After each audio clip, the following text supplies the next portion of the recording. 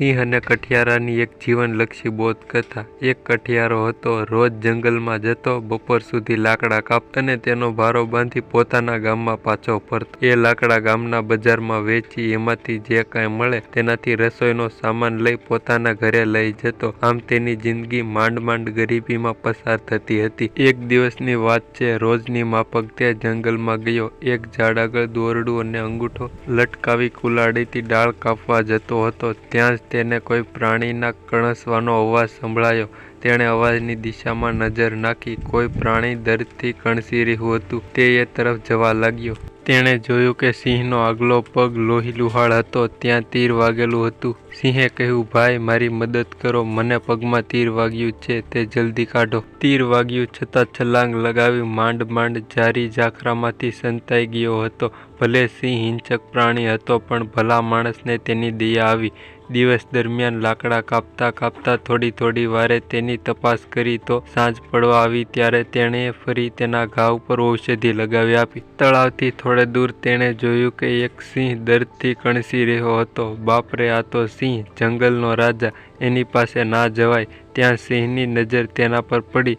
સિંહની આંખમાં લાચારી હતી। તે હિંમત કરી તેની નજીક ગયો। દયા આવી છતાં ગભરાતા તે નજીક ગયો। સિંહના પગમાંથી તીર કાઢ્યું। તળાવ થોડે દૂર હતું, તે ત્યાં ગયો। પોતાનો અંગૂઠો ભીનો કર્યો, પછી સિંહ પાસે આવી ભીના અંગૂઠાથી ઘા સાફ કર્યો। જંગલમાં જંગલી ઔષધિના ઘણા છોડ હોય છે। ઔષધિના એક છોડ પરથી પાંદડા લાવી બે હથેળીમાં મસળી સિંહના ઘા ઉપર લગાવી। સિંહે જણાવ્યું કે તે પાણી પીવા તળાવ આવ્યો ત્યારે કોઈ શિકારીએ તેને તીર મારી તેનો શિકાર કરવા પ્રયત્ન કર્યો હતો। બીજા દિવસે તે રોજ કરતાં વહેલો જંગલમાં ગયો। જોયું તો સિંહ ત્યાંથી ચાલીને તળાવની પાળે પાણી પી રહ્યો હતો। સિંહે કહ્યું, રાત્રે તેને સરસ ઊંઘ આવી। 4-5 દિવસમાં સિંહને સારું થઈ ગયું, છતાં તેને ઘા તપાસી ઔષધિ લગાવતો રહ્યો। હવે સિંહ બરાબર ચાલી શકતો હતો।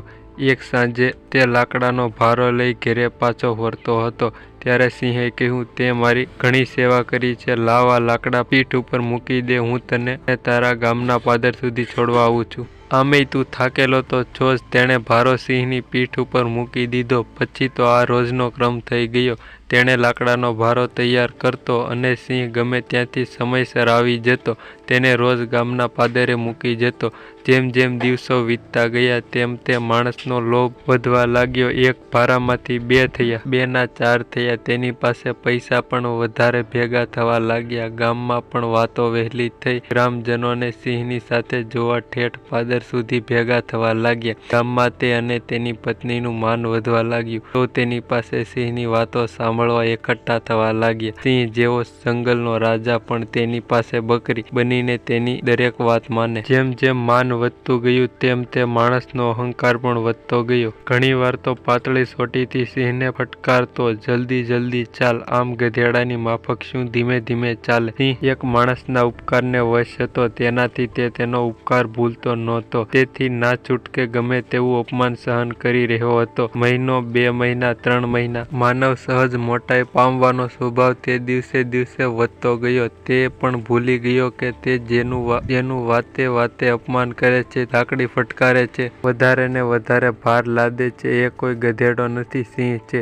એક દિવસ સિંહે કહ્યું, માણસ, તારા હાથમાં આ કુહાડી છે ને, એક કામ કર, મારી પીઠ ઉપર કુહાડીનો ઘા કર। માણસ તો દંગ રહી ગયો, સિંહ આ શું બોલે છે?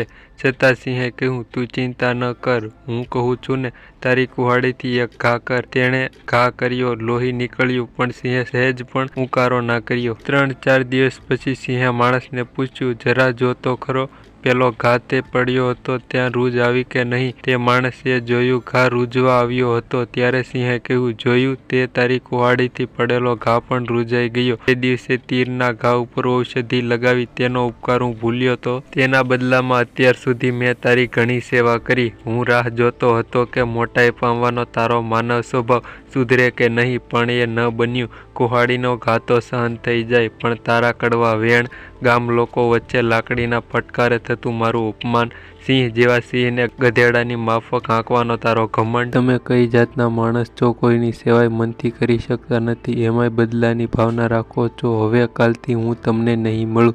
મારી આશા ના રાખીશ. જતા જતા એક વખત કહું છું, તે યાદ રાખજે.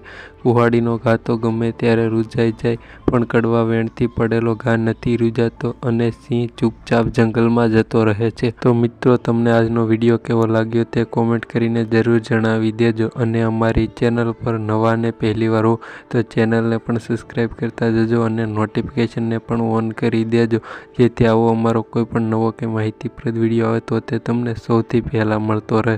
તો મળીશું મિત્રો કોઈ નવા ઇન્ટરેસ્ટિંગ ટોપિક કે વિડીયો સાથે. ત્યાં સુધી બધાને બાય બાય અને થેન્ક્સ ફોર વોચિંગ. જોવા બદલ બધા મિત્રોનો ખૂબ ખૂબ આભાર.